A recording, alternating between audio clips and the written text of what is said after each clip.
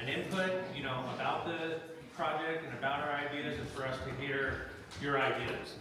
Before I get, and I really appreciate just the tone in the room. It just feels like so much great energy. We can hear each other. We can keep it like this. Part of what I'm thinking is when we get to a question and answer, we might let the people who want to ask questions can come up and ask them so everybody can hear. If the tone is like this, everybody will be able to hear everything that we have to say. It'll be really productive. We're all going to learn a little something, and I just can't go beyond expressing my appreciation for the turnout, the interest, and you taking your time to join us. And no smoking or over fire code. So allow me to introduce our team members. We have a handful of key team members with us here today. We've got Chris Whittemire, who is a Steamboat resident and longtime owner of the property. Chris's brother Luke is here with us as well. We've got Eric Gunderson, who's the civil engineer. He's leading up the team, who's looking into the infrastructure, pipelines, water situation, and all of that interesting stuff. Standing next to me is Steve Allison. I am standing, by the way, for those of you in the Steve is a partner with Discovery Land Company, longtime founding partner, has worked on every Discovery Land project that's come through the portfolio, and he's also a lead on this project, very integral in the planning and design of the project. Let's see, we've got, I've got Jessica Encelato here with us, as well as, where's Rob? Okay, we've got Rob, who's the project president. Rob's a longtime Discovery employee as well. Started with Discovery back in the 1990s. He's been with us ever since, worked on many projects, has a lot of experience. We've got James Landau at the desk. James helping keep track of who's here, who wants to have communications. James is a lead analyst and business manager for the project. Kyle Collins is a planner who's been with Discovery for quite some time, and he's been heading up the overall planning efforts for the project and getting us ready. And I feel like there might be one more person. Yourself. Oh, okay. I'm Ed DeVita. I'm a partner with the Discovery Land Company, and we drew straws among us all. You can obviously tell that we've got many, many years of experience. Everybody knows this project as well as I do, but I drew the short straw, and I get to do the lion's share of the talking. Okay, so we are going to, let me give you an overview of what we have in mind. So let's go to the overview slide. First off, we're going to talk a little bit about us. We've already done a lot of that, but we'll tell you a little bit more of the details. And then we have some foundations for the project and the design. So those include the Route County 2022 Master Plan. So we've tried to tap into some of the information from that plan and draw a relationship. We've got the Stagecoach 2017 Community Plan, which we've enjoyed. And we've done some early community outreach. So within those first three sections, what we're going to try to do is just tell you who we are, what we know so far. You're going to obviously see that there's a lot more that we have to learn, but at least you'll have the point of departure from where we're starting. And then from there, we're going to go into our project overview. And the way we're going to do that is we'll start in words describing what it is, and then we'll get to some maps towards the end that are early plans to try to show it graphically. And we're going to touch on a couple of things that we have heard so far that are important. Community and public benefits. You know, what's the good about this project? You know, why is it good for us? Good for all of us, potentially. And then we're going to talk about a little bit about water conservation and protection, because that's also an important point out here in Stagecoach, and we've heard that as well. And then we will just touch on the timeline, which is very rough, and open it up for questions. So with that, we'll go ahead and get started. Let's do it. So our group is composed of Discovery Land Company and the Whittemire family. And I think you've met Chris, you've met Luke. They also have a brother, John. who's been participating in the project. And the three of them were really the founders of the Stagecoach project as you'll see it today. But to talk a little bit more about the Whittemeyers, I think you have to go back a little bit in the history about Stagecoach Stephen. And a lot of you, I think, many of you were possibly here, when Stagecoach was in its initial phase. And but in any case, it was planned in the 60s, right, on the tails of Steamboat. It opened in 1972. They ran into a financial crisis in 1974 and it closed. So it wasn't in operation in that aspect for very long. Thereafter, in 1978, Luke and Chris and John's dad, who was a attorney in the Colorado area, together with some others, acquired the property, the main Ski Mountain property, out of bankruptcy court. And they became the stewards of the property. And then over time, the Whittemeyer family took on the ownership. So over time, they bought out the other partners and they became the sole proprietors of the property. In 1994, so 30 years ago, they applied for and obtained a special use permit for the ski area to use it for alpine, Nordic, and boarding. And they've continued to operate the mountain privately throughout those 30 years, annually keeping track of the skier days, reporting those to Route County. They pay the special use permit taxes and have taken on the responsibility for the mountain. So they've done roadway improvements so that the access is possible. They focus on the fire protection, such as the beetle kill trees, and having those removed carefully over time and continuing that process. A lot of the fire district people have helped with that process, and other locals. And basically have been the long-term stewards, since that time. I think that the way Chris and John and Luke had explained to me, it was really their father's dream to bring this project to fruition, and so they're excited about the possibility of doing that, and looking forward to it. But they did look for quite some time for a partner, to get the right partner. And Chris can tell the story, but since I've got the microphone at the moment, I'm going to give you my version. Is I know that they talk to folks like Altera, who runs Steamboat, and Vail, who run, and these are the big companies that have the Icon Pass or the Epic Pass, and they're bringing lots of skiers to the mountain, and they're running these big operations that we're all familiar with, which are awesome and great, and very enjoyable, but also very large and very impactful. But none of those folks could find a way to make it work on this little mountain. So Chris and his brothers came to Discovery. Now Discovery, we're a small family-oriented company that does smaller scale communities, so we took a completely different look at it. But let me tell you a little bit about Discovery. We were founded in the 90s. Steve and I were both founding partners. There's 5 partners in Discovery. We're family-owned, family and friends. We all basically had careers before then in different aspects of development. Like I was a construction guy. Steve was an operations and golf specialist. One of our partners was an attorney on contracts.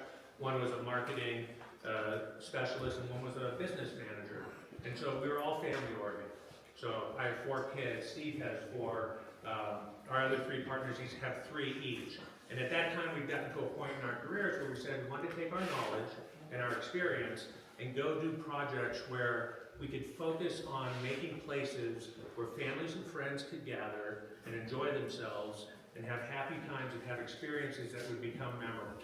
And year over year, have the families return, meet with the friends, have these traditions, and be able to look back on it and have it be a great time. So that was our idea back in the 90s. And we've we always worked to stay true to that principle.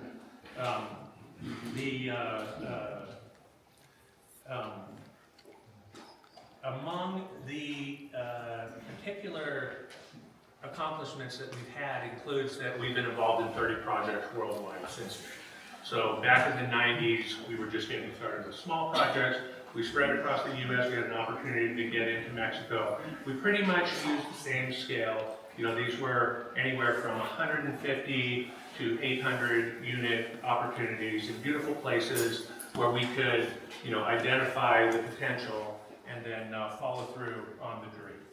And one of the main principles that we've used as our foundation is that we're long-term focused, right? So most of our projects take a minimum of 15 or 20 years to complete in their full conception. This one would be the same, you know, 15, 20. This could be 30 years to get to the final finish line. And because of that, it's important for us to become a part of the community, right? That's one of our principles. So we have a lot to learn, we have a lot to show, but we want to be members of the community just like every one of you in this room, and we want to be contributing members, right? We want to hear what's important, we want to be actually doing something that makes the place better. We believe in, you know, the ability to put effort and energy into the ground and into our work and make places better and create opportunities for people. We're committed to sustainable development, and we're experienced with environmental protections, and we'll talk a little bit more about that later as well. Couple of key principles that we found work for us and are important to our hearts is that people are our priority. And when we talk about people, it includes every one of you here in the room. It includes all of our employees and future employees that are going to come to work for us. It includes the folks who would buy homes from us and live within our communities. And it includes people within the greater community. And we really truly believe that this is all really about people and about families and about truly doing something that makes a difference in people's lives. We're committed to doing the right thing. We are family owned. We're a small company. We don't have, you know, we're not publicly traded. We don't have to answer to, you know, the stock exchange or some board. We do the right thing. We can do the right thing. Guys like Steve and I can make the decisions. You know, if something needs to be done right, even if it's going to cost us more or cause us to lose some money, we know we're long-term focused. We make those decisions. We do the right thing, and you can hold us to it. We respect people. We respect places, and we respect cultures. We've found by working in different locations that folks who want to come and buy a home in one of our communities, they want to because they're attracted to the culture. They're attracted to the place. It's like what the Stagecoach Community Plan talks about, which is what they want to preserve. The beautiful views, right? The open space, the wildlife, you know, the recreation. Those are the same things that we need to protect. We need to propagate in order to make our project successful. We're certain of that, and it's a priority. And we also believe in having fun, as you can tell from the 3 jokes Steve told in the first minute of the show. But it's so true. You wake up every morning, you put in a hard day, it's worth it for it to be fun. You got to be able to find the fun in it. We're like brothers and sisters working together. We deal with a lot of hard things, just like every one of you here does. Things go wrong, things go bad, but in the end, we look for that bright side. You know, there's only so many days we have on this earth, and we want to enjoy it. I think it's really important, you know, we talk about 30 projects, but for us, there's no more important project than Stagecoach. And we're here today to kind of emphasize that. So we're only as good as our last project, so we have to live by what we create. We look at long-term as saying, so it's a legacy. It's not just this generation or, you know, my kid's generation or their kid. It's hundreds of years that we look forward. And so we're not looking at just coming in, selling a few homes, and and leaving. We're here forever. So we operate these communities for forever, basically. So it's a long-term focus, but it's really a focus on being part of this community. And we're here today, as Ed is saying, to kind of open up our ears and listen. God gave us 2 ears and 1 mouth. We're going to present kind of our thoughts, but we want to hear from you on what's important to you too. Because what's important to you is going to be important to us. When we talk about culture, the culture of Colorado, of Steamboat, and of Stagecoach is important to us. It's what our buyers want. It's what the people that are going to come to work with us want. And it's really, really critical in one of our core philosophies. So I'd like to touch on our approach and something that you can hold us to. So we take a total conformance approach. So it's important. We want to understand what the rules are, what the laws are, and we want to conform to that. We're not fighting it. We're not beating it. We know that planners and communities and commissioners and planning commissioners and the public, you come to these meetings. I mean, this turnout tonight is amazing. What it tells me is you care, right? That's why everybody's here tonight, because you actually care. And so we don't want to go against what's important, right? We don't want to go against the code or against what the commissioners decided was the right thing for the county or what you folks participated in creating the community plan. You had your input in it. We're not going to go against that. We do comprehensive planning. We try to choose the very best planners. Our lead planner on this project is Design Workshop. They're among the best in the country at working on mountain type projects. They've worked in the Steamboat area for many years. They're based in Colorado. We'll meet or exceed the standards. We've had a number of projects where we've come in, and our initial design was at the standards, and we start talking with local folks. We had one in Hawaii, and it was right on a bay, and they were talking about drainage and water and erosion, and whether that water, when it erodes in a big storm, would come down and create silt that would go onto the reef. There was a lot of concern about that, and folks came in and said, we just want to really make sure you've done enough. And our initial reaction was, well, we did exactly what the code said. It said you have this much detention, right? And the people who had lived there and seen the storms and seen them down the coast, they said, well, that standard, I don't think it's good enough, because the water still turns around during the storm. And so we took it serious. We went out and hired other specialists, and instead of looking at how do you meet the code, we looked at how do you keep the bay clean. And we created actually a new standard on that project. And it's had the results that was desired and hoped. We collaborate with the community. That's going to be key. We have to find a way. Obviously, there's us, but we've met a fellow who's here tonight, Chris Zuslag, who we have asked if he would be a liaison with the community. But there's nothing wrong with everybody just coming to us. We're going to get the emails. We'll have an email list. But Chris is, he was raised in Steamboat. He's lived in Stagecoach for 30 years. He's a local businessman. He knows the place, he knows what's important, and he cares. And he can be someone that on any given day you can go to him. He's really taken on this responsibility. Share your concerns, ask questions. He may or may not have the question right away. We're all learning together, but he can get it to us. We can get the answers, and we can have a way to communicate. And we'll find more ways to communicate. We'll continue to do these meetings along the way, and we'll try to find the best ways to collaborate with the community.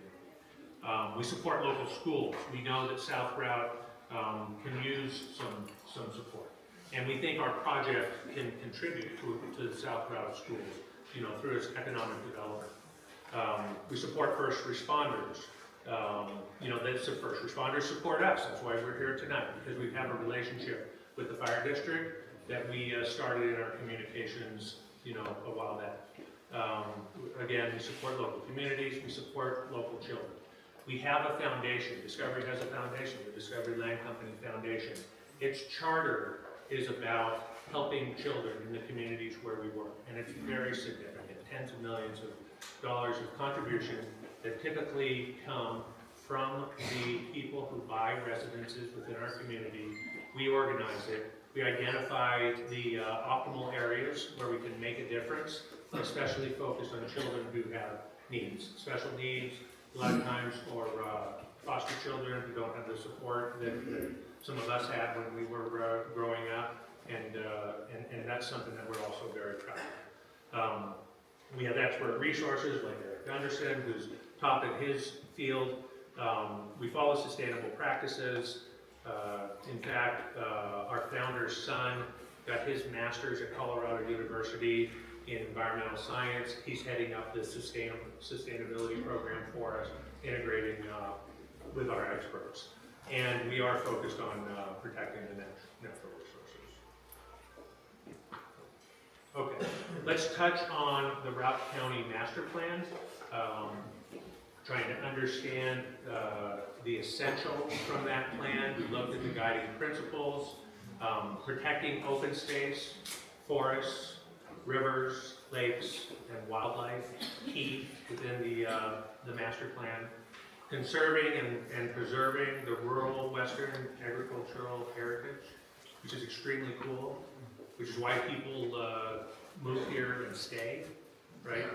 I was talking to one of the reporters in town, and he moved here to get a start on his journalism career, and he's not leaving because he loves it.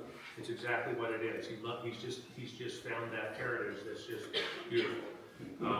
It talks about directing growth to municipalities and directing growth to targeted areas. And it talks about providing equitable mobility options, which we interpret to mean housing for all, including workforce and low-income housing, also transportation, alternative transportation, such as shuttle services and bus programs and other things that could make it possible for people to have great jobs, get to their job and back to their homes, maybe not have to own a car, not have to own 2 cars in the house and pay for that insurance, and that's right. And these are the county leaders that put these principles in place, not us. The Stagecoach Community Plan is quite aspirational. It was originally adopted in 1999. We saw an update in 2017. They described the preferred character and the framework for growth in Stagecoach. They wanted it focused on nature and focused on the character of the area. So this is a continuing theme that we're hearing so far. It wants to plan for balanced residential growth, described new opportunities for shopping and services to serve the Stagecoach community within like a small town center concept. Many of you, I think, are nodding your heads because you probably participated in getting that in there. And, we're inspired by it. The vision within that Stagecoach community plan, embracing the unique nature and character of the area and its recreational opportunities. Specifically, the community values the physical beauty, the feeling of solitude, and the existing recreational amenities such as trails for hiking, biking, Nordic skiing, in addition to the potential for new recreational activities throughout. Great aspirations, great vision that was integrated into that document. Then the core values, encouraging diverse types of environmentally sensitive housing, but all the while conforming to the Routt County Master Plan and zoning regulations. Encouraging infill of the existing subdivisions and lot consolidations, focusing on the new infrastructure, keeping the infrastructure competent. Preserving open space, preserving scenic views to the extent practical. Protecting wildlife habitat and reducing the potential for wildlife-human conflict. And of course, developing safe and environmentally sensitive transportation systems of trails and roads and conveyances. So we're hearing this, right? We see it. People spend a lot of time making sure that got documented. Okay, I want to touch on early outreach. So we started to get, Chris and Luke and John came to us last year We started to get interested in the possibilities here. We came in and we met with the planning department, and we said, you know, if we were to look at a project down here, can we talk about what's important, how this works, how do you go about a project? And they said, yeah, Stagecoach is a growth area. They have a master plan that describes their growth plans.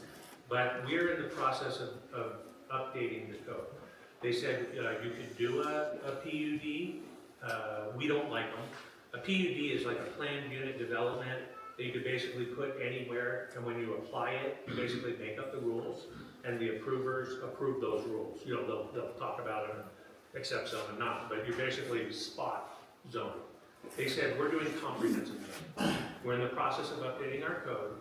This was like May of last year. It's only going to take us a couple of months to finish the update of our code. We think it's advisable that you wait and see where we with our code, because there's issues. And they also said, and there are issues that we're aware of. Traffic is a big one. They talked about County Road 14. They told us that they had plans to completely redo County Road 14, including a realignment, where it does that 90-degree turn, and they have easements, and they went to seek funding, but they didn't get the funding. That never got implemented, but it is in their mind important. They said you should be concerned about fire, you should be concerned about the infrastructure. People are concerned about water rights. People are concerned about wildlife, and they're concerned about sustainability. You guys are going to tell us later tonight when you get your chance to talk whether they're representing that well or not, or there's more that we need to hear. But we took their advice about waiting, right? So we, did planning, we did engineering, we did, thinking about what are the possibilities. We watched as the various codes were published, we read them and tried to understand them. It ended up taking until June of this year for that code to be adopted, but it is adopted now, and we're ready to get, to talk and to try to finalize a plan and make that an application. They also, the planning said you should check in with the Stagecoach Property Owners Association. And we touched bases with Eli. And we told him what we were thinking, but we also told him that we had to wait, until the code got developed before we said we wanted to come talk to the whole larger community. Here we are. Fine. But when we met with Eli and he brought in some of the members of the board, we did ask him, what do you think? What's going on and what's important? They told us County Road 14 is not maintained. The edges, the swales, the sides of the road, the shoulders are too small in certain areas. In the winter, when the snow comes in and it gets icy, someone slides off the road, they go off the bank. You have to bring in the truck to tow them out or to pull them out of there because they're just not on the edge of the road where you can push it back on. Closes the whole road, people can't get to work, they can't get in and out. It's a big problem. They said we've heard, it would be nice to have a marketplace, something like Old Clark Store in Clark. Some people said, great, more workforce. That would be nice. There's not as much of a workforce in Stagecoach as there is other places. Sometimes it's hard to get workers out here. But where are they going to live? Where's the housing? Because there's a shortage of housing. They said that trails are very important. There's a trails committee. They had some plans, right? And they wanted to coordinate. We agreed that we would coordinate with them about the trails. And then they brought up that the water systems and the sewer systems can be problematic. There's some people that don't have service. It can be very frustrating. They explain stuff to us about the vaults, and the pipelines don't go all the way to the properties, and the challenges and frustrations that go along with that. We took notes. We also met with Josie from the neighborhood at Young's Peak. And she had some interesting ideas and wanted us to really be with the greater group, before, drawing conclusions. But she did say public gathering areas are a big one, and from her perspective. Public access to the BLM land would be a big one. There's a landlocked section of BLM land. traffic to improve, and water, same things we talked about before. We met with Brady, who's kind enough to have these guys host here tonight and let us have this productive meeting. And he had some suggestions from the fire district's perspective. He thought that we should put a substation up on the mountain so that it would be first responders closer to where the improvements would be, and that firefighters could live at the substation. They could be able to be there, 24/7. They could double as ski patrol people, which is not uncommon, and that would be a productive idea. He said that there's a real shortage of housing. It's hard for him to hire firefighters because there's not housing for the firefighters to live in. He said jobs are important. He brought up secondary access. So he suggested you should really look into getting an access some other way than the roads that are here today, just in case it was a wildfire, everybody got boxed into the canyon. There should be another way out. He brought up, we also talked to Roads and Bridges. That last bullet is about our meeting with them, and they guided us towards the engineering standards and the requirements.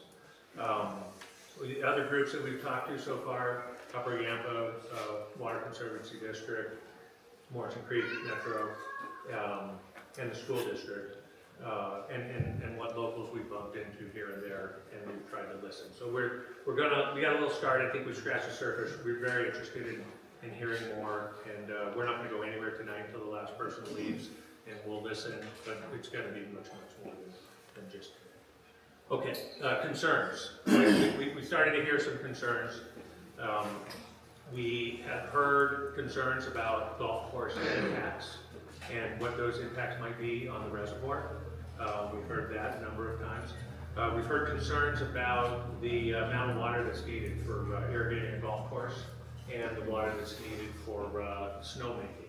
And is there water? And isn't there a shortage of water? We've heard concerns about the change in the community character. We don't want to change the community character. That is obviously very important. And we've heard a lot of concerns about workforce housing and workforce. Where's the workforce going to come from? Where are they going to live? Right? And then we've heard some concerns like, what does this have to do with other discovery projects? Some people have said, isn't this the Yellowstone Club? It's not the Yellowstone Club. Discovery has been involved in the Yellowstone Club. We actually came in after the Yellowstone Club had a very big problem, and they had bankruptcy. And one of the lenders came to us to help with the recovery. And when we got there, Steve and I went up. We were going up there weekly at the beginning. Vendors weren't getting paid, so there were contractors and plumbers and framers and stuff. That was the time they were wanting to file liens. There were employees who didn't know if they were going to have a job because it was going through the bankruptcy. People had bought homes and they didn't know what the future was going to be. Was the utility going to continue? Do I need to sell my home? Could I even sell my home? Is this much of a problem? And fortunately, when we came in, the beautiful thing was, like, our partners said, for at least 2 years, if not more, we don't even want to talk about selling real estate. They told us, don't even talk about selling. Don't talk about making money. Let's get everybody paid. Let's communicate with the workforce and the people. Let's get everybody back to work. Let's get up and running and make it functional. Let's show that it's healthy and back in shape. And if all that comes together, then maybe we can talk about releasing real estate. There's two other things that we did that we were part of, which cleaning up some environmental issues that the previous owner had put in place that we inherited, which we did rapidly. And then looking at the local community, setting up foundations, improving the local school, the Ilford School, adding programs and teachers, helping to find housing for them. So we didn't start Yellowstone, but we came in almost 10 years ago now with our partner, Cross Harbor, And we took a very difficult situation, and we think we've made it, one of the premier communities in the world. But it's different than here. This is a special place. This is Colorado. So we don't want to, each one of our projects is so unique and different that it's really important. That's why we're here today, is to talk to you and to get the ideas and make this special to Stagecoach. We don't cookie cut. We're not Ritz-Carlton or Four Seasons or these people that have here's a book and this is what we follow every day. We're about Stagecoach, we're about Colorado. We love the fact that there's an authentic rodeo here in this town. I'm from the Midwest. I'm from Fargo, North Dakota. I was in Future Farmers of America. I love rodeo, real rodeos. This place has a real rodeo. It's not just some guys that put on, a hat and a buckle. This is a real rodeo here. We love that about this place. We love the authenticity. We love the people here. So each one of our projects is unique. And I think that's, to us, really exciting about seeing all of you who care about this community, who care about this place, and want to know what we're doing and want to be part of what we're doing. So thank you. So I think that's the Discovery Project. Yeah. Okay, so let's talk about what our ideas are. So I want to share with you what our current thinking is, at the moment. So first off, the property that we currently control, together with Chris and Luke and John, is over 6,000 acres. It includes lands that are adjacent to the reservoir. We call that the golf lands. It includes mountain lands that are where the ski area is, and then it includes the Stetson Ranch, which is down over towards Oak Creek. And all of that land put together is actually, the slide says 4,000 plus units, but the actual yield for the current zoning is 5,446. It's an incredible amount of density, and that was the idea.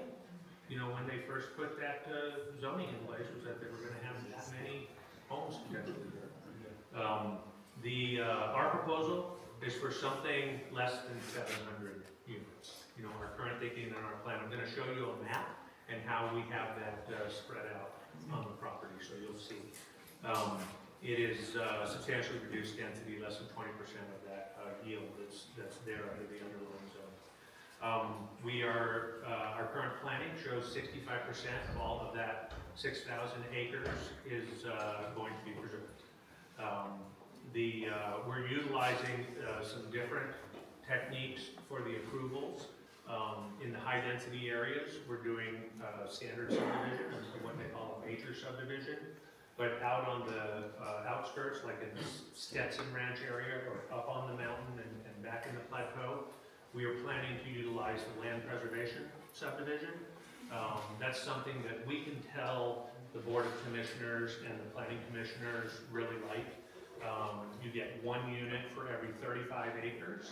You cluster those units together onto smaller lots, and then you have a remainder lot that ideally is a large continuous open space. And we have Explain what you mean by smaller lots. Yeah, the smaller lots would be, Chris, what's the requirement? It's 5 to 8 acres? 5 to 7. Yeah, 5 to 7 acres. So they're still large lots, but they're not 35. So the idea is you get a large lot, like a ranch lot, 5 to 7 acres. The rest of that land basically goes into a pool that we're designing to be in a contiguous open space. We're actually, I'm going to show you on the map, we're designing it so that it integrates a wildlife corridor that can work, right? It'll be preserved in perpetuity as a part of the land preservation subdivision methodology. And that preservation piece alone is 3,000 acres. And I can tell that the commissioners love it because they say so in their meetings. You guys have probably heard it. If you go to the meetings, they're really proud. They think those are good. We are connecting, our plan is to connect to the Morrison Creek water and wastewater system. We have been in discussions with Geo substantially. Eric has done a tremendous amount of design work. We are looking to do substantial infrastructure upgrades as a part of that. New tanks, like 2 1.5 million gallon tanks for storage. That would include fire water storage that everybody who's served by Morrison Creek would benefit from. Pressure systems that everybody would benefit from. We'll obviously be putting in new transmission lines, new valves, several new wells, right? And other improvements. If you're interested in the water and the sewer infrastructure more detailed than what I'm doing in this quick presentation, Eric's here, he'll be here all night, he can talk about it, we can talk about it, in future days. We are with Morrison Creek. We have also asked, so Morrison Creek has something called a service area, right? When they got their charter to become the water district, they were allowed to provide service within an area. It's not all of our property. Most of the property is covered, like the area next to the reservoir, the mountain, where the ski mountain is that you see when you drive by, where the lifts are and up to the cabin, that's within their district, but it kind of ends there, and our development goes beyond there. So we have the opportunity to create our own water district for the stuff that's outside of their district. But we talked to Morrison Creek, and it's much more efficient to use them and upgrade their system and have it be an integral system.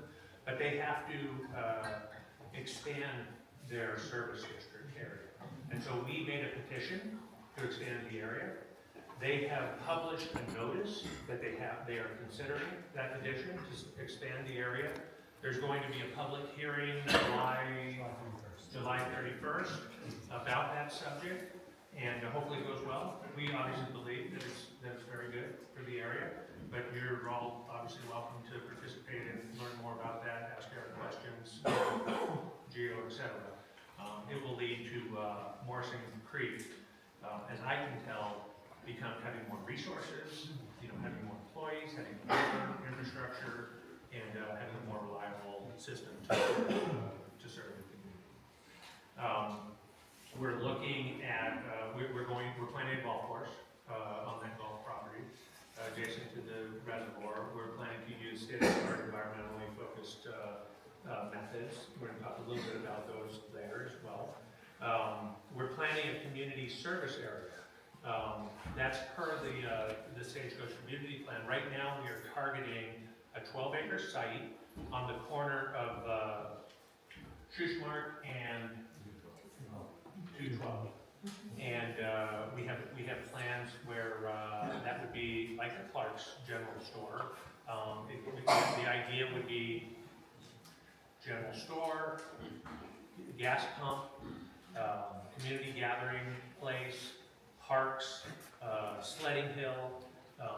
It's a trailhead, parking, trailhead for connection to the hiking trails, and other amenities. Really focused not to get out of scale, to have it be the right scale to align with Stagecoach, but to be a great bus stop. It might be the place where kids can get dropped off after school. Great community gathering area for the folks. And that's something that we would be contributing to the community. We would use the effort, we would put that in place and make that contribution. We're looking at 140 plus workforce housing units to start. We have an initial plan where it would be integrated into the community gathering area. We're looking at a range of units from dorm units for seasonal lifties, to 1 bedrooms, 2 bedrooms for small families, 3 bedrooms for larger families. A nice mix to cover all of those requirements and demands. And the whole design is programmed and planned to fit into the character of the community, including utilizing the local vernacular, the types of materials, the shapes of the roofs, fences, all that will go into a design guidelines so that when the homes are built and the amenities are built, they look like a community. The tones of the wood, the tones of the city, the types of windows, all that stuff is being talked about, and the ideas are being drawn from photos and ideas that are from the local area. Steve's been spending a tremendous amount of time on that, which is one of his specialties. Okay. Community benefits. Okay, so open space, 5,000 plus acres of open space, and that is through the conventional method, like we talked about. In addition to the 5,000 acres, by the way, we're not counting if you have that 7-acre lot, and we make a place on that lot where your home's allowed to go. We call that a lot diagram. So we might, you have 7 acres. We might say your home can only go in this 1.5-acre area, so that it doesn't have an impact on the skyline or your neighbor's views and stuff like that. We're not counting all that other area that they're not allowed to clear. So that's even more open space if you were to include it. Trails. So we are looking to connect the Stagecoach Trail system consistent with the SPOA plans that they've shown us. So we're gonna make a connection. We're proposing to connect from the reservoir up to the community gathering area, and then in addition, we're proposing to make a connection through our property over to the BLM land, the 700 plus acres, so that people can park at the community gathering area, put on their Nordic skis, go for a ski in the winter, go for a snowshoe, get all the way up into the BLM land, and I think that's going to be a great benefit. But we're going to unlock that piece. The public civic open space I talked about earlier, including the green space, but there's some opportunities there as well with the open space. Like in the summer, you can have art fairs or festivals, events, concerts, farmers market, community gardens, and we talked about the other aspects. And then I told you about the workforce housing to start. Now, we believe that we want to do actually more than 140 workforce housing units. So we're starting with the commitment on the 140. These projects evolve over time, but we actually have a lot of ideas. We're very interested in your ideas. We do have some other property that we could use in Stagecoach for some more workforce housing. We're also possibly interested in talking to people like Oak Creek or other neighboring areas where we can do some workforce housing and help their communities grow, at the same time, kind of spread it out. So people who have an opinion about that, come up and talk to us or send us an email. We're very interested in that. And the workforce housing isn't just for our benefit. We're also looking, as the slide says, the community as a whole. So there's a lot of teachers that need a place to live. It's tough to attract teachers to South Rock. So getting some housing for local teachers, for the fire district, for other things. It's not just for our use. This is for the community as a whole use. We were, when I first came into Steamboat, several people told me how great the schools are. It's one of the first things that people say about Steamboat. But Steamboat has a different economic situation, right? Where they've got more support. Now, I was reading an article yesterday or the day before in the paper where they're recruiting teachers for next year for South Route, and it's a problem because they don't have the housing for the teachers. They can't pay as high of a salary, and so it's hard to get good teachers. We know. I have 4 kids. I'm sure there's millions of kids, out of this group here. Thousands. Exactly. I got but we know that communities and places and our livelihood are kids, right, and their education. We want to be a part of that solution. We don't know the answer yet. We think part of it is in the tax base. Right, we know we make a big, I'll talk about the contributions to the tax base. We know that our projects are going to make a big contribution to the tax base. We know that taxes go to South Route schools.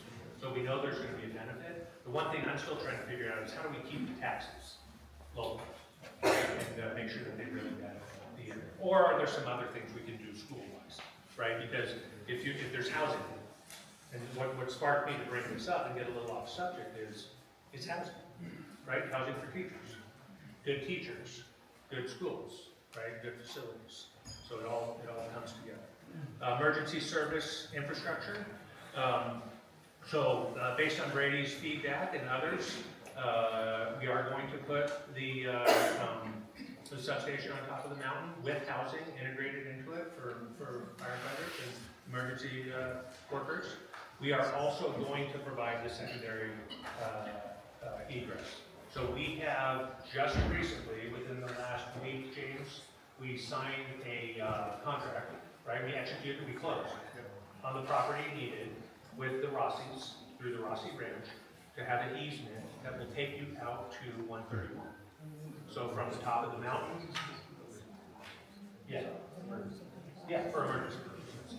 But that's what we're coordinating with the fire. And it is for emergency purposes. So if there was a wildfire, right, they could access the gate and get it, or get it. And so that's something we're committed to. Telecommunication, and I hear a little talk. So we're here to hear. We're here to hear your comments. So right now we're showing that egress for emergency, which is what we've heard is important, right? In the case of emergency or wildfire. But if you have other ideas and you want to share that with us, we want to hear it, right? So email, come talk to us, tell Zeus, or come up this afternoon and say something, because we're very open to your comments. Telecommunications, we're planning to install a cell tower. We obviously learned pretty fast that the cell signals are on here. And then tax revenue. So we have an fiscal and economic analysis that's required as part of a project application. It's currently still in draft form because we haven't finalized all of our pieces, but based on our current thinking, at full build out, the taxes that would be generated from the properties from our project would equate to $33 million for the county per year at full build out. And that's more than what the entire county gets in taxes today. So it's very, very, very significant. Okay, let's see. Neighborhood commercial development. We talked about this a little bit when we were getting started. We're looking at a 12,000 square foot commercial development with the mixed use and parking, cafe, liquor store, shipping center, daycare center. The numbers have been calculated on employment based on our early plans that shows at full build out we would have 600 full-time employees. 600 employees. Now, some of those are seasonal, right? So, like if someone works half a year because they're only a winter employee, they only come as a half of an FTE, right? So, but that's the average over the year, 600. So it's a substantial amount of employment. And we did talk earlier, but we are making significant contributions towards upgrades within the community infrastructure. I know that we anticipate and look forward to contributing towards highway improvements. I hope that our project and our contributions can be a big part of helping improve the what needs to be upgraded. They'll be meaningful. We're going to learn that as we make our application, and Roads and Bridges looks at it, and all the consultants look at it, and they help us understand, how we fit into that. Okay, water conservation and protection.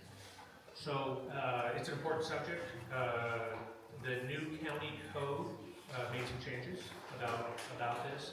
For a water body like the Stagecoach Reservoir, the prior code had a 50-foot setback from the water edge.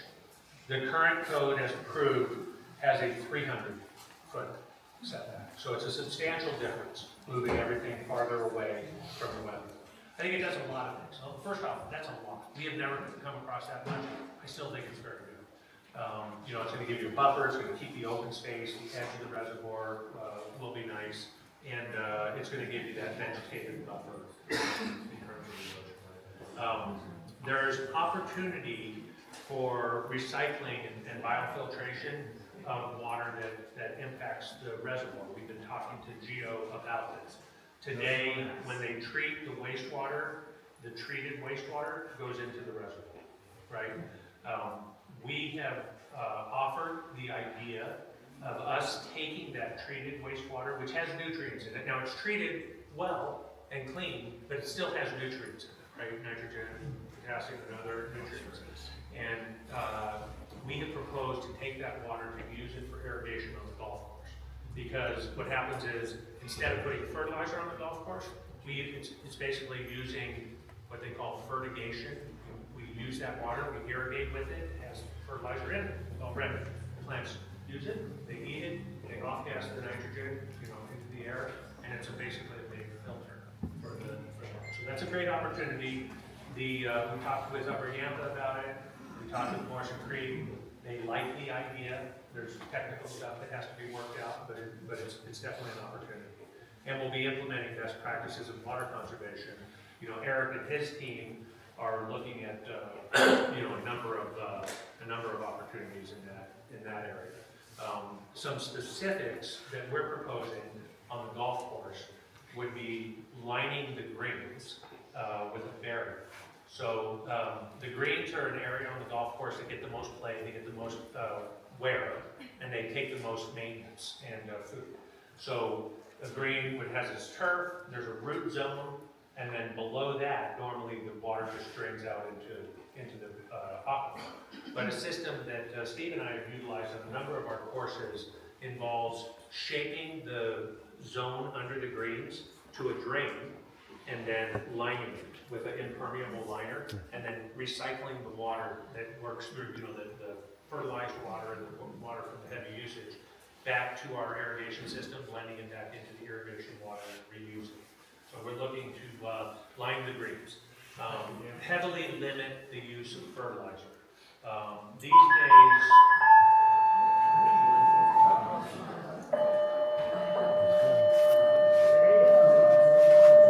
give it a minute, it might be a call. That might be a call.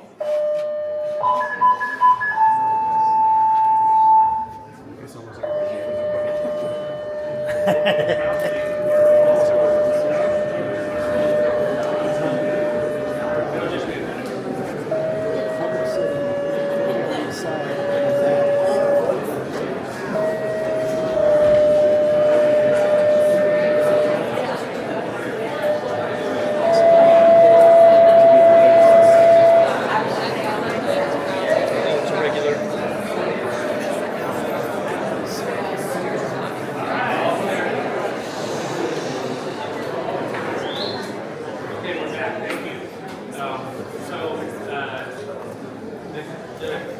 in the old days, Steve and I got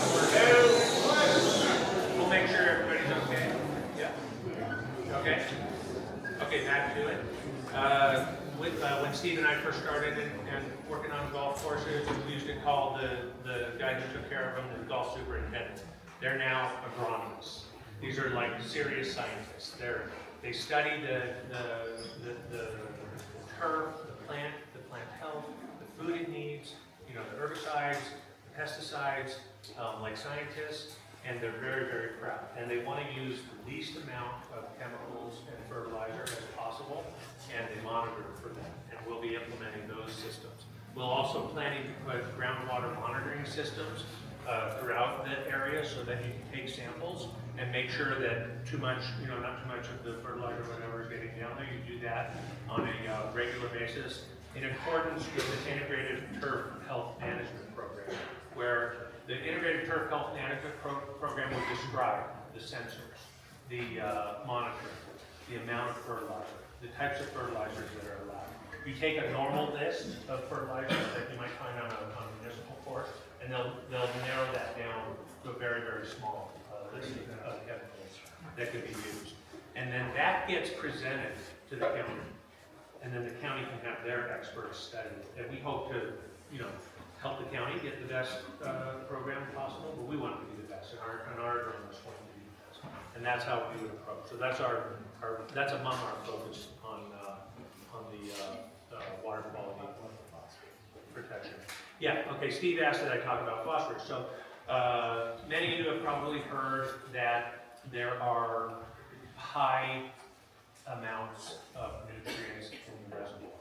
And you see algae when you drive up, right? And the scientists have found that that's coming from phosphorus. And the phosphorus is in the dirt. So what happens is when the dirt is loose, which it is, by the way, a lot of areas, because I've hiked out there, you know, you got your scrub and stuff, but you just look around and it's loose. You have storm, the rain, the phosphorus goes down into the reservoir, right? The state is making stricter requirements, right, for water quality. Those are coming into play like in 2026. The levels of phosphorus that are currently in the reservoir are higher than the state standards that are going to come into play. What the golf course can do is bind the phosphorus into the soil. So the plants, with a strong turf, a healthy turf, the soil will be under the turf. And the plants use the phosphorus because it's one of the three main foods for plants. And but when the storm comes, the soil won't wash it like it does today. I know the reservoir is not natural. The Ample River is natural. They put the reservoir there. It's great. It's an awesome recreation facility. It holds our water, right? It's an awesome thing. But it is exposed to phosphorus. The golf can actually be something that helps us. Okay. Infrastructure. We're talking with Upper Yampa Water. We have a tentative will-serve letter from them for golf irrigation water as well as snowmaking water. Now, one of the Morrison Creek has I forget the name of it, Eric can probably tell me, some sort of they have a contract where they have to put the treated wastewater back into the reservoir. Correct. Right. And so what we're looking is to make sure that they can fulfill their contract. We could get water from Upper Yampa that can offset the water that we would use on the golf course. So we're trying to coordinate among those agencies about that. So that we get the benefit of using the treated effluent for irrigation, but we're also not shorting the water that's supposed to go back into the reservoir. And then the snowmaking has actually been explained to me to be a positive because during the winter you draw water from the reservoir when there is not a high need for water.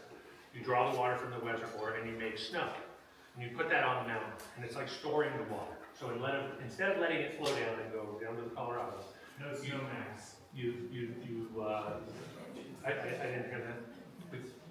We'll give him a chance to talk. He may be able to clarify me. I definitely don't know everything on this subject, but it's been explained to me. So you draw the water from the reservoir, you make snow. It's stored, that water is stored in the form of snow during the winter. In the spring and the summer it melts, and it comes back in. So it does actually go back to the aquifer and goes back to the reservoir. Okay, and then, wastewater, the potable water for the homes would come from Morrison Creek. And the wastewater treatment for the homes would come from Morrison Creek. And that's the idea. Morrison Creek, by the way, has their Geo can speak to it. You guys can ask him the detailed questions, but he's explained it to me. They have very substantial water rights. Part of that has to do with that the zoning planning was for 5,500 units down in Stagecoach. If we only do 700 units, it's a much lower demand. So they'll tell you, you can ask them, that they're going to have to explain it to everybody. They've got the water rights, right? They have plenty of the water rights, and they'll walk you through it. What they don't have is the infrastructure. They don't have all the wells, they don't have all the tanks, right? They don't have the controls and the distribution system. Okay. Jessica, I'm not going to. Go do it again? No. Cover that already? Because we talked about it enough in words, I think everybody got it. Okay. Sustainable practices.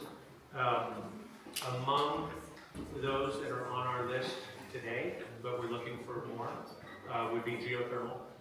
Geothermal is renewable. It is particularly useful for snow melt and radiant heating in the winter.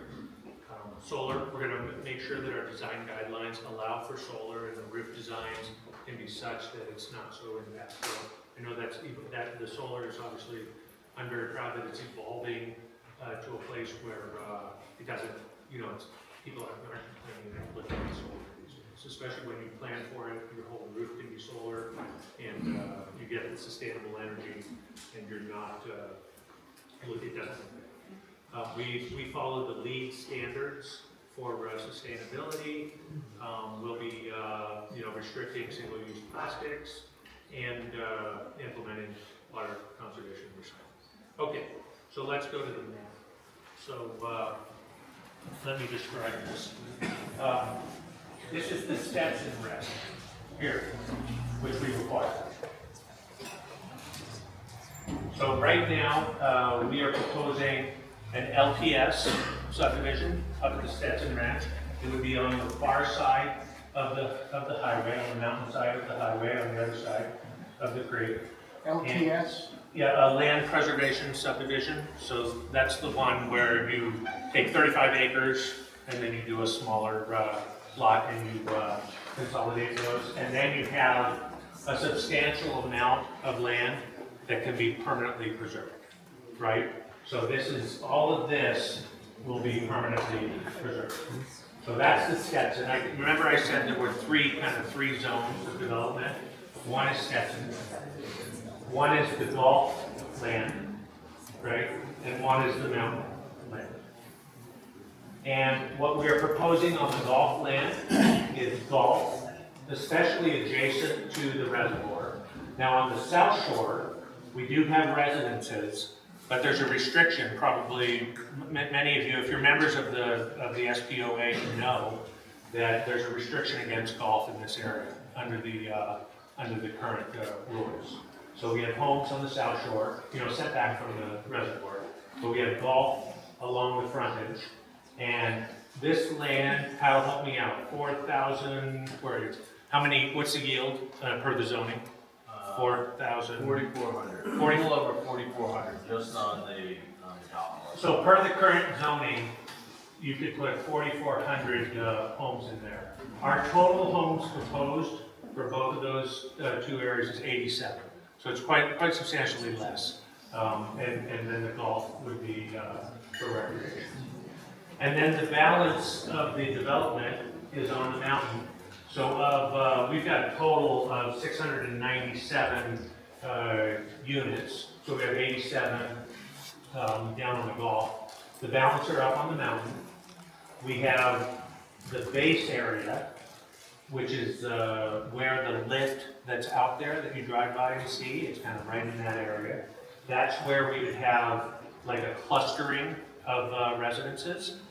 Then you've got the main lift that would go up to what we call the top of the mountain. That's where the cabin is, for those of you that have either been there or seen where the cabin is.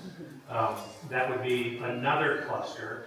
So we have a cluster of some of the, more dense product there. And then in the lighter green, these are all much larger lots. So these are land preservation subdivision lots along this area as well. And then we get to preserve this wildlife corridor and this land through here. The BLM land that is actually over here, right? Right in here. Here. Go ahead. Public benefits. He's on the public benefits. Want to go to that?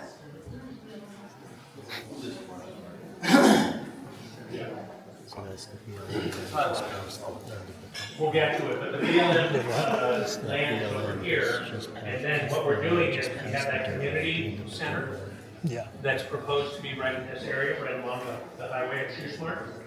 And then we're offering a easement right through this property here to open up the landlocked area for the BLM. So that'll open up, cross-country skiing, snowshoeing, hiking, etc. into those places.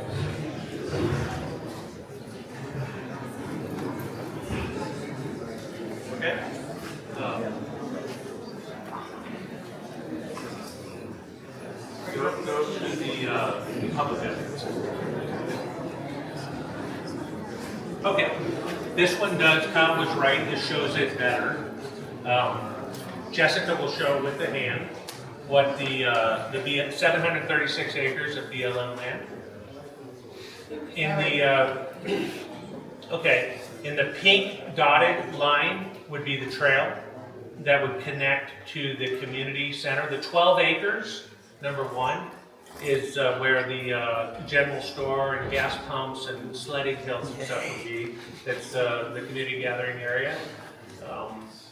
And then the trail system from that area down to the reservoir would be new trails that we would put in to continue the planned trails that are part of SPO's trail system in coordination with SPO.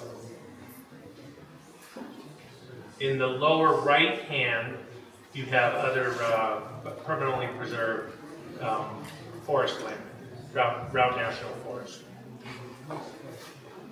Kyle, do you want to speak to anything else on this slide? Yeah, here's the secondary emergency access from 212 out to 131, which is down from here. That's highlighted as the red. Here, the blue is other roadways within the development, but that red line is the line that provides that secondary access. The SPOA master plan also has a trail connection on here that specifically references working with the ski mountain ownership to provide an easement to get access, and we're proposing to implement that recommendation out of the SPOA Trails master plan. And again, this kind of highlights the concept of the open space associated with the land preservation subdivisions, which generate all the way up to the Stetson Ranch. What's the fire station? Up on the mountain? Up on the mountain, it's going to go approximately in this location. Yeah, the substation. Kind of the four corners right now up top when you get to the top of the mountain, right in that location. Okay, so one more quick slide to talk about the timeline and sort of next steps, and then we'll open it up to questions. So we are, we're listening. We are thinking about the possibility of getting our preliminary application in August, depending on what we hear, depending on what kind of changes we feel like we need to do to get that in. That would then go through a completeness review at the planning department. So the planning staff make sure that they distribute it out to roads and bridges and all the consulting agencies. They gather up all the comments and try to make sure that we've actually touched on everything. They'll let us know whether we did. Most likely we didn't. We'll have to update and refresh that application. And then at that point it goes through its full review. We believe that what would happen is that would be about a 6 to 8 month process. Sometime in the winter, that may culminate to where there's public meetings at the planning commission. That's where they would discuss, we would present the specifics, the planning commission would ask questions, we'd have to address all the issues. If the planning commission finds that we are conforming and it works, they would make a recommendation for that to go to the county commissioners, when there would be another public review. At the end of that process, we would expect to have what they call preliminary subdivision approval with conditions. So basically it's like, hey, looks good, but you gotta do all this other stuff, right? Before you get your final approval. From that point, we would do all the other stuff. Get it ready, get the engineering ready, and then probably 6 months or so, maybe 8 months later, depending on the level of detail of the conditions, we could go back to the planning department with, okay, we did all the conditions, we did all the things, right? We want to be considered for final approval. The board of if the planning department says yes, you did, like you're right, you got it right. Then it goes to the Board of County Commissioners for approval, final subdivision approval. Not until that point would we be able to, transfer property and build the roads and move the project. So that's the general timeline. I'm obviously generalizing. I can't predict how these county process timelines are gonna go. We do our best, right? We listen, we try to hear what it's gonna be. We actually thought the code was gonna be updated last September. It got updated in June. We missed it by 9 months. Yeah, but that's the idea. We're trying to add a little more conservatism. Okay, so before I open it up for questions, because I've got an idea of how we can do questions, see if you want to add anything before we get. I'd love to answer questions. I think they've heard a lot of us talking. Yeah. And you've been an amazing group. You listen, quite amazing. Yeah, really, thank you. Here's my idea for questions. I think if we can, stay about this calm, and people who want to speak can come up here, and everybody will be able to hear the question. Because I think it's as interesting, we can make a line, right? And it's as interesting for folks to hear the question as the answer. I'm not in the line, I'm just trying to get a good angle for when everybody lines up in front of me.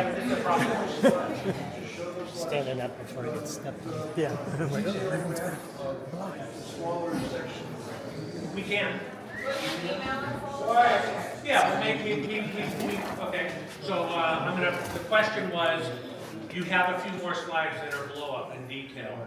Can we see those? So how about we do this? We've taken a lot of people's time. It's a huge room. I'll stay all night.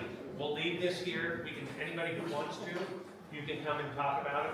These are preliminary, right? We're not going to email them because they're not done, right? And there's no point of getting them out and, stuff like that. But we want you to have a chance to have some feedback, so we'll leave them here. I won't go home to the last guy to leave, so I'll give you that. Okay, so why don't we start? Looks like we have first question. My name is Ken Brenner. Ken, great to meet you. My sister, who's she's a 22, 535 Cheyenne Trail. My comments are on process. I wanted to ask this room is full of people that are used to the public process that we use in Rock County. And so we're used to having a hybrid option. There's a lot of people who are, have a family or a job, or they have some other responsibility that doesn't allow them to be here, that would like to hear what you're having to say. So if we could ask that in the future, provide that option and even record it for people to be able to review that later at their convenience. That would be very helpful. Second, notification. Every property owner in SOA should be included in that, and you can work with the county to make sure you expand south route to make sure that your process is fully notified with everybody. I know that sounds like a lot of trouble right now, but in the end, I think it will make a big difference in that you'll hear a lot of the concerns and ideas early in the process rather than when you get closer to final approval. Okay, those are great questions. We'll commit to the hybrid process. So that is actually normal for us, right? So we'll do a Zoom with the same content. We'll do a meeting like this that people can come to, and then we'll do a Zoom. What we found most successful, you do a meeting like this, and we do it, it's the same exact information, but you do it on the Zoom, but on the Zoom, I'll be on the Zoom, and we can record it. Trying to video one of these big things and have the Zoom people get it, it doesn't work. So we'll commit to that one, and we're gonna, obviously, we want to communicate, we want transparency. So on your second point, we'll take that absolutely into consideration for certain, right? Looking at the total population that should be notified about numbers. Thank you. Awesome, thank you, good question. Hi, I'm Anthony Monaco. I was wondering what your plans are for access to both the ski area and the golf course.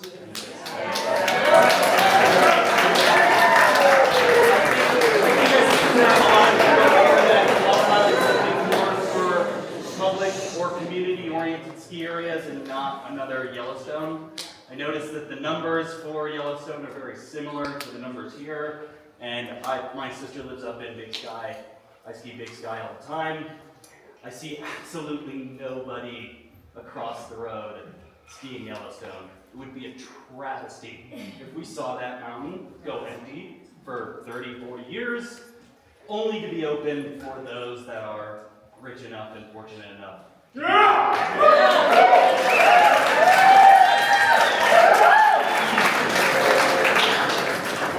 Okay, thank you. We heard the question. So our current thinking on this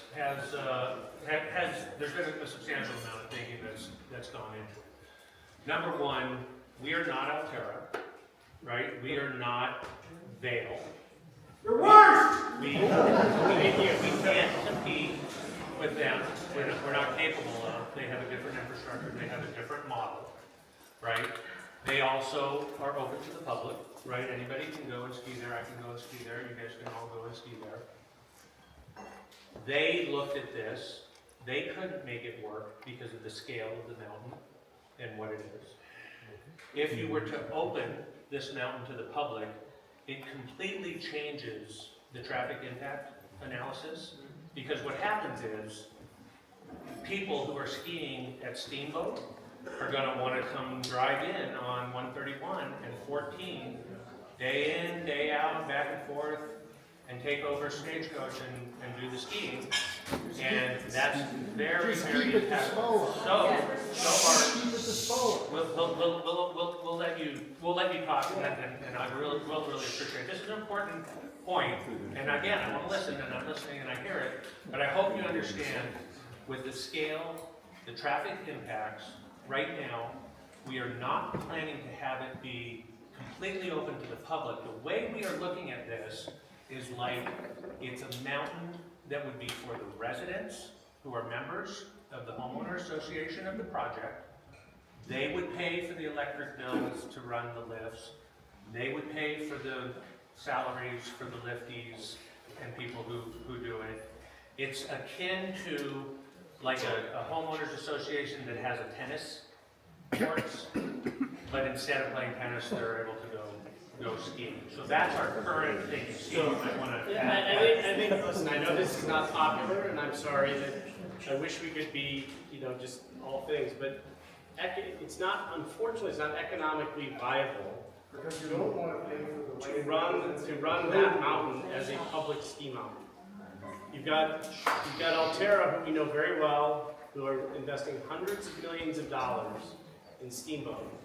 For us to compete on this beautiful mountain and do the infrastructure that it requires and all of that, it's going to change. We just can't do it, number one.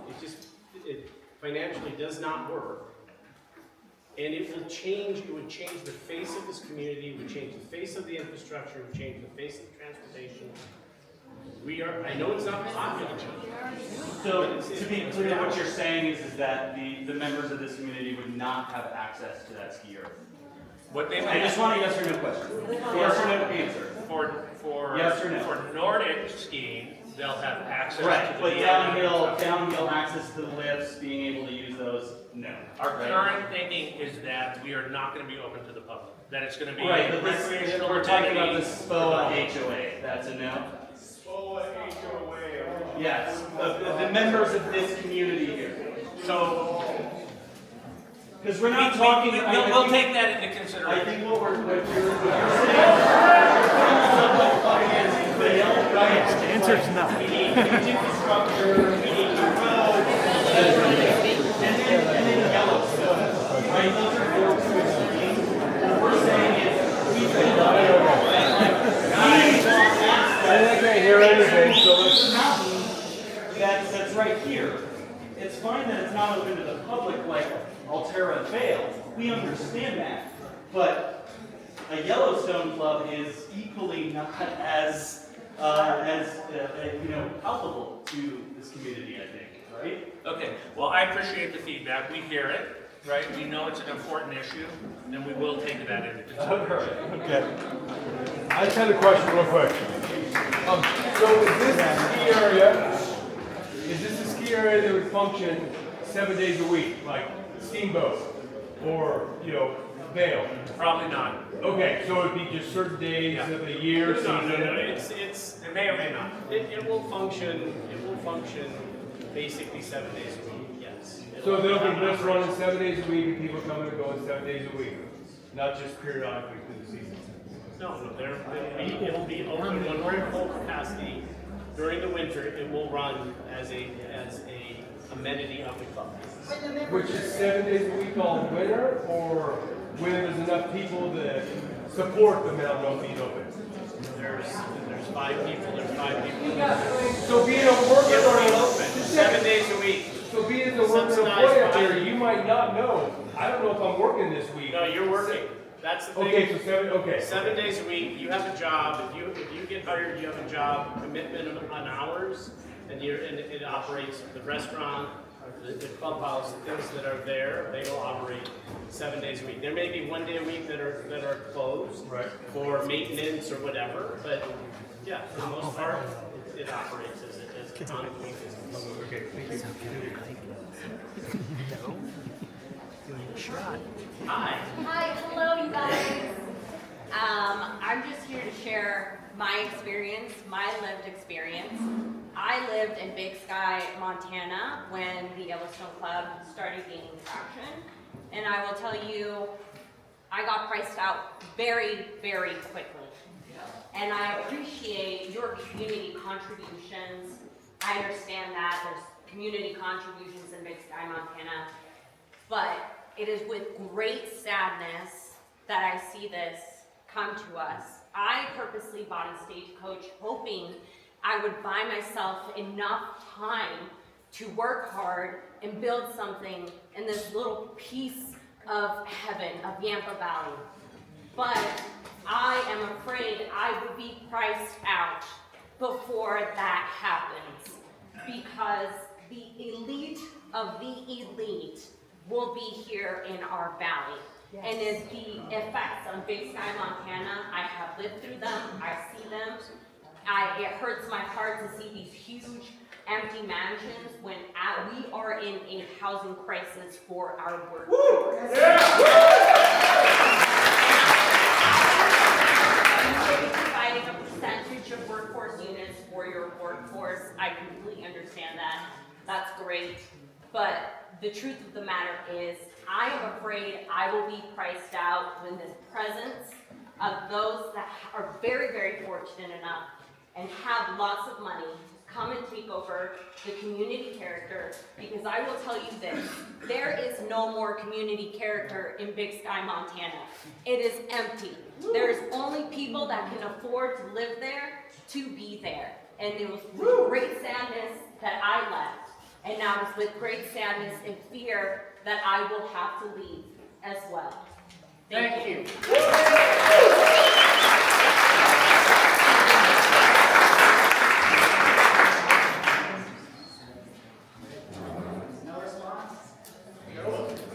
I think that's a good, I hear what you say. Now, I think there's a big difference between Big Sky and this, and I think we need to hear this, right? That's why we came. So thank you for voicing that. I did mention that it's one of our very, very sincere principles is that we understand people, we understand you people and the way you want to live here and what this is about, and we're committed to helping make sure that Stagecoach stays Stagecoach. And that includes by providing housing that's affordable. We want that. It's not just for our workers. That housing is also for school teachers and business people and families. It's going to go beyond. It's inherently raising the property values here and pricing people out of their rentals. You can't control that. Yeah, well, one thing, that's a good point. I don't want to get so crazy, you can come up and speak it, but I think we all heard it, you made a good point. But that's part of why we want to develop and build affordable housing as well, concurrent. We're committed to that, because if there is supply, we all understand supply and demand. I think what the woman pointed out was that their supply got constrained, so the price went up. If we're able to provide supply so that there's not a constraint on the supply for the workforce housing or the more affordable housing, then we can that we can make a difference. Is it going to be those white FEMA trailers up there that we saw get approved? Really well. Come on up. We want to hear you as well, and everybody in the room. Hi, so my name is Lisa Hooper, and I want to speak to something that I heard just a few minutes ago, and then my other concern. So I'm a teacher, and I lived through online teaching for 18 months, and I'm pretty sure we can figure out how to make Zoom meetings happen for something like this. Yes. I agree. We can. Okay, so I just wanted to make clear with that, because I thought I heard, and sometimes I only hear what I want to hear, that was shot down. And- Oh, no, let me explain. Okay. And again, I don't know everything, and you have more experience probably with Zooms than I do. What I have found is effective. A meeting like this, where everybody can see the screen, and you're in the room, and you can talk, is very effective.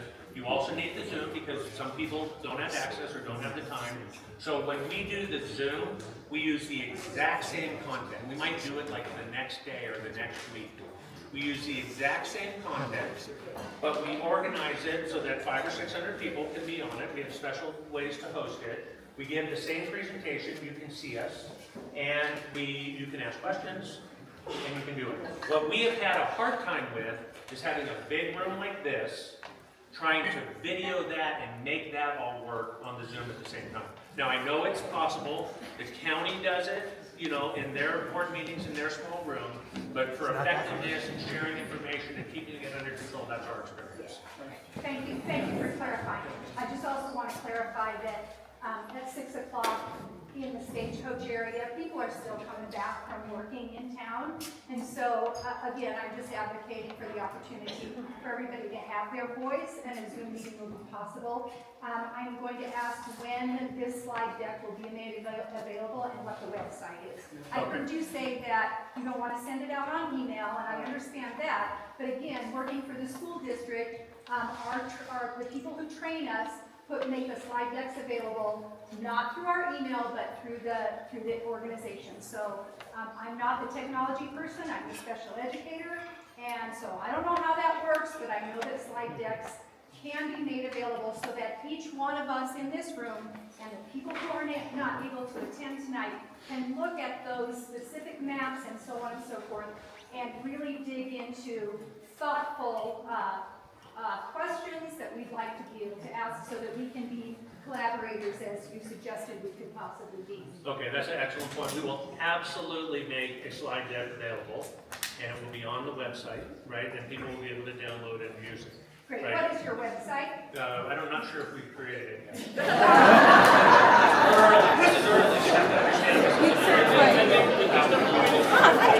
I love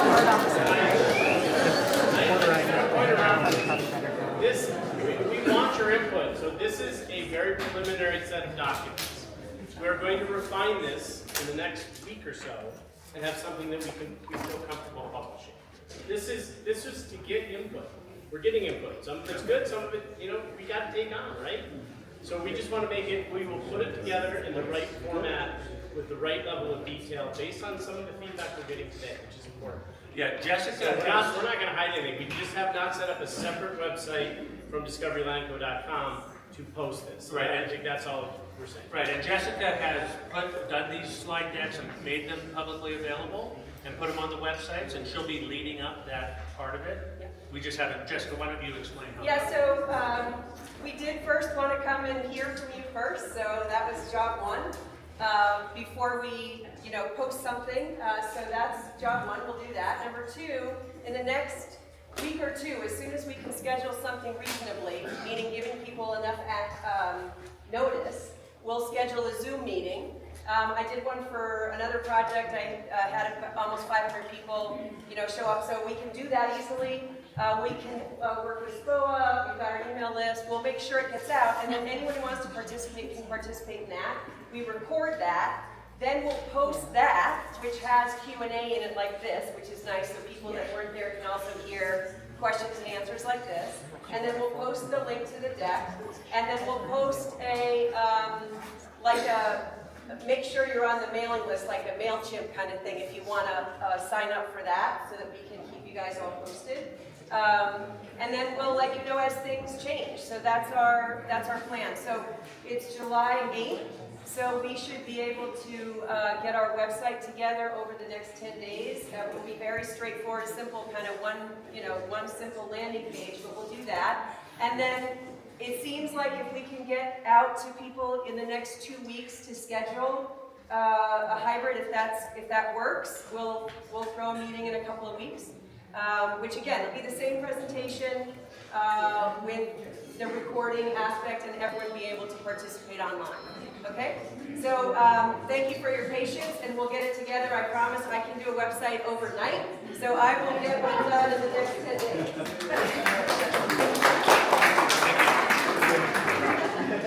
Yeah, thank you. Thanks, Jessica. So I do promise to yield the floor in just a minute.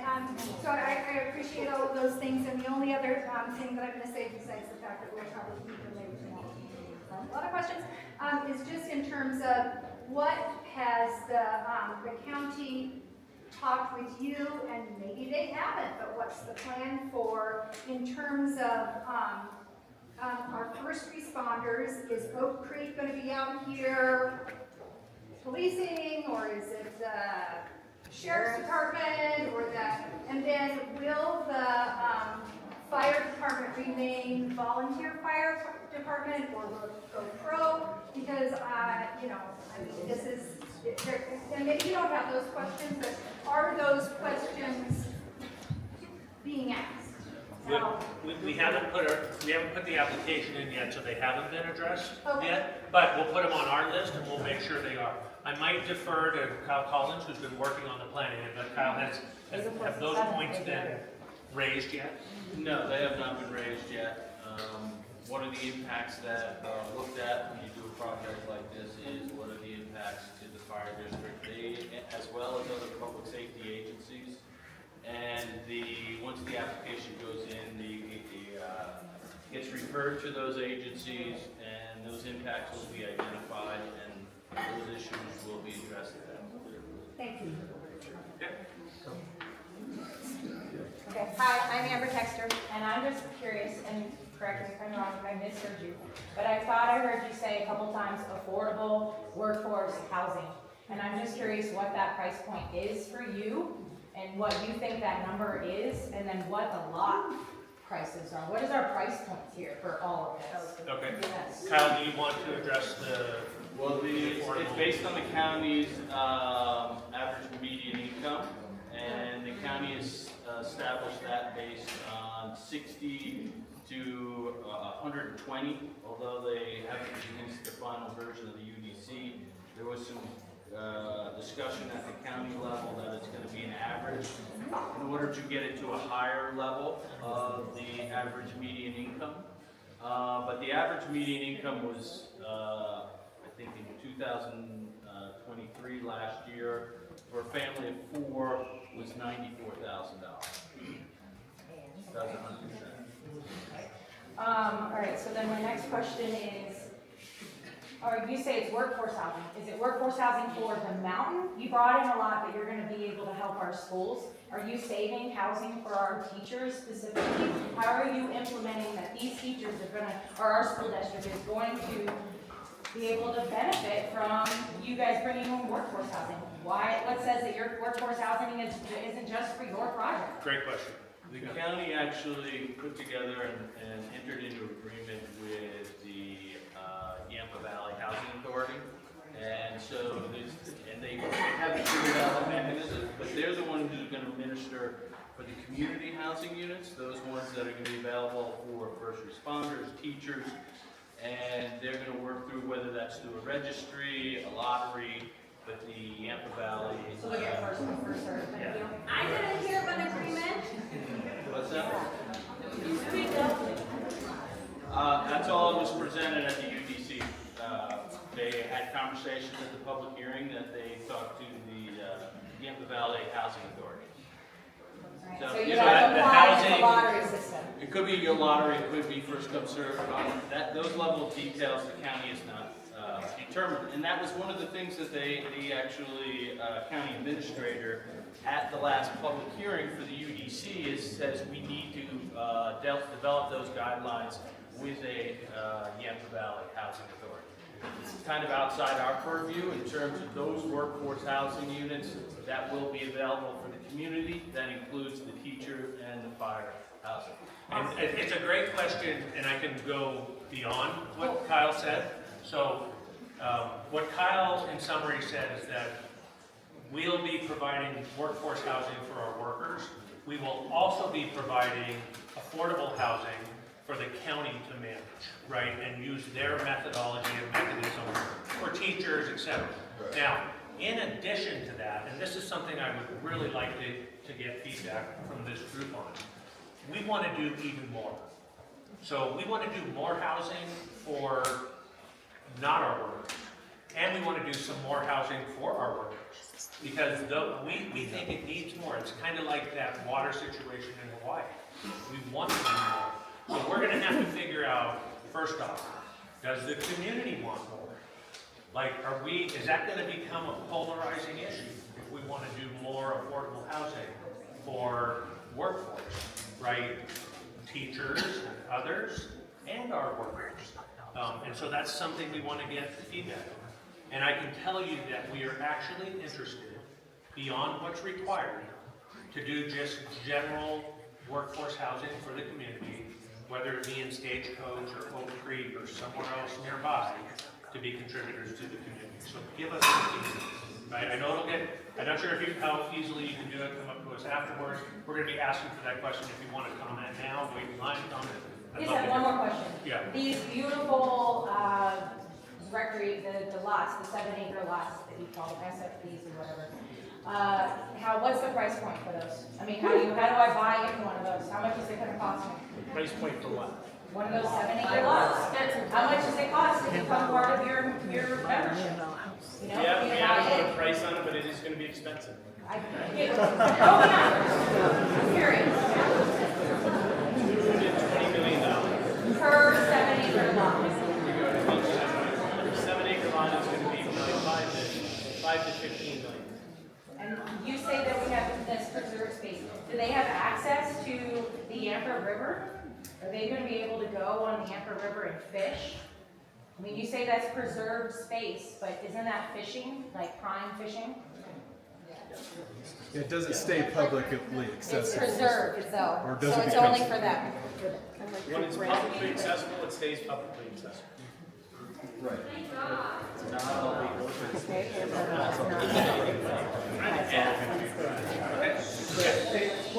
So Jake Castleberry lived just down the street.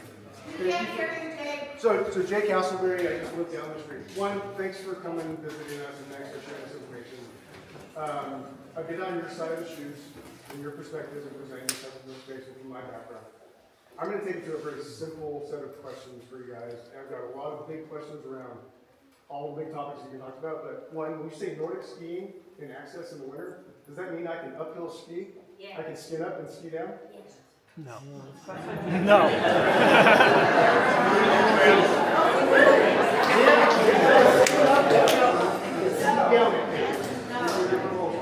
Through the trail system and into the BLM land.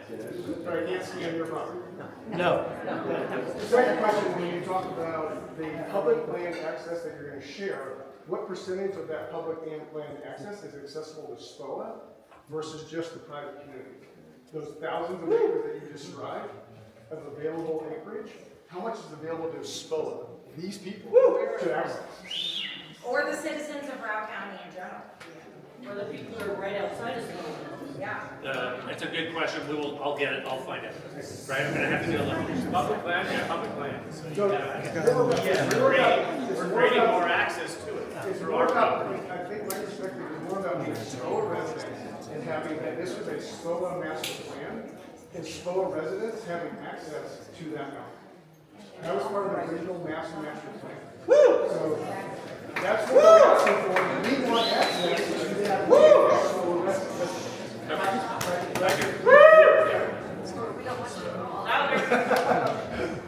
So I guess the third question I have for you guys, which is really becoming more empathetic to the SPOA community, and actually how do we actually become part of the governance committee of this development? Can SPOA become part of the government of the partnership in terms of this development, as opposed to being receivers of what you're proposing, the active participants of this. Yeah, I don't know, but it's something we can take into consideration, so we'll put it definitely on the list. Yeah. Thank you.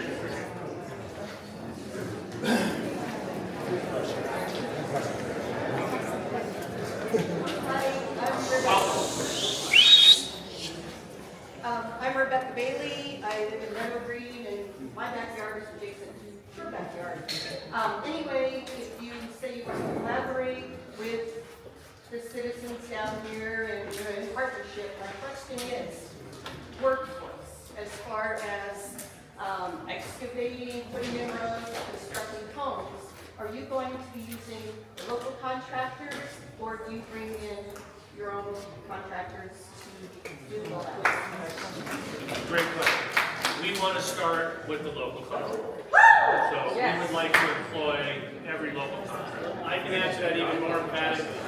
If we could employ 100% for this project locally, we would.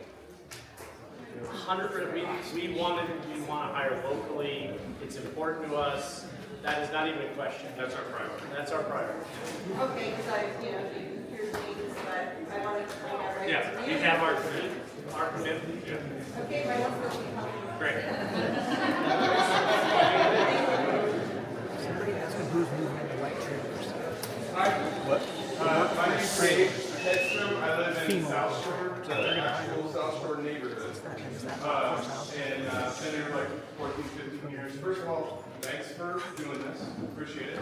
I've got a couple questions. The first was related to South Shore. You had mentioned an area that you called South Shore, but that's not actually within. Understood. Yeah. Is that right? Yes. Okay. Thank you. Thanks also for the. We call it south because it's the south end of our property. Location. Yeah. Chris is giving a point of clarification. It's actually It is lots in South Shore as well? Okay. There's like 87. Is it all within South Shore? Not all 87 were in the South Shore. It's about half and half. Okay. So it's 40-something we're in the middle of the golf course, and 40-something are on the South Shore piece. Okay, thanks. And then I had questions about the clarification between what you would call or characterize as employee housing versus what you might characterize as affordable housing.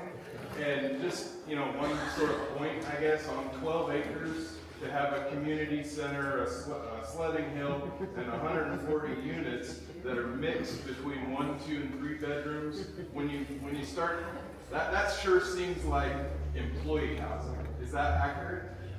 No, we were going to integrate it all into a community. So part of our idea in the planning is not to just flop up, homes, but we want to make it a community. Right, so with amenities, so whether it's our employees or outside employees, it's all going to be integrated. Okay, I would encourage you, I guess, to study some of the employee housing type developments that are in place in Steamboat, just to see that, hey, how does that family